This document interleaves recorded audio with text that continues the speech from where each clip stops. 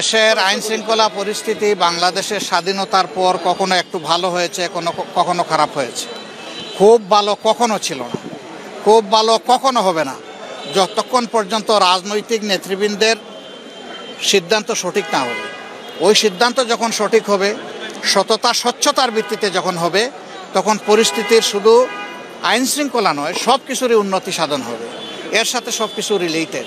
যারা গুলি করেছে তারা দুর্বৃত্ত, এভাবে গুলি করার অধিকার কাউকে কারণেই প্রতিবাদ করবে। আমরা কোনো ধরনের বিশৃঙ্খল পরিস্থিতিকে কখনো সমর্থন করি না এবং করব না। আমার 3টা স্ট্যাটাস যদি আপনারা দেখেন তাইলে উত্তর পেয়ে যাবেন। আর ডেভিল হান্ট, যেটা রিয়েলি ডেভিল তো আছেই সমাজে, সেই ডেভিল হান্ট যদি হয় 18 কোটি মানুষ সশস্ত্র বাহিনী সহ যারা যৌথ বাহিনীর এই অভিযান পরিচালনা করবেন তাদের জন্য দোয়া করবে এবং তাদের সাথে থাকবে। সত্যিকারের ডেভিলরা যদি হান্ট হয়। আমরা অফিসিয়ালি এখনও কোনো প্রার্থী ঘোষণা করি নাই। এটা আমাদের প্রাথমিক সিলেকশন। ইলেকশন বহু সামনে রয়ে গেছে, অনেক দূর। ইলেকশন যখন কাছে আসবে তখন আমরা ফাইনাল সিদ্ধান্ত নেব। তখন যাদেরকে বিভিন্ন আসনে নমিনি হিসেবে দেওয়া হবে বা ক্যান্ডিডেট হিসাবে দেওয়া হবে তারাই ক্যান্ডিডেট হবে। নির্বাচিত সরকার বলেই তো যারা 15 বছর ছিলেন তারাই তো এই দেশের এই অবস্থা বাজিয়েছেন।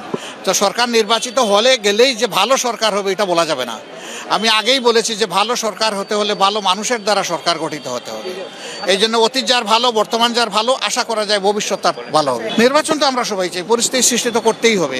তবে এর আগে আমরা দুটো জিনিস চেয়েছি। একটা হচ্ছে কিছু বেসিক রিফর্ম বা সংস্কার, মৌলিক কিছু সংস্কার করতে হবে। না করলে সুষ্ঠু নির্বাচন করা সম্ভব না।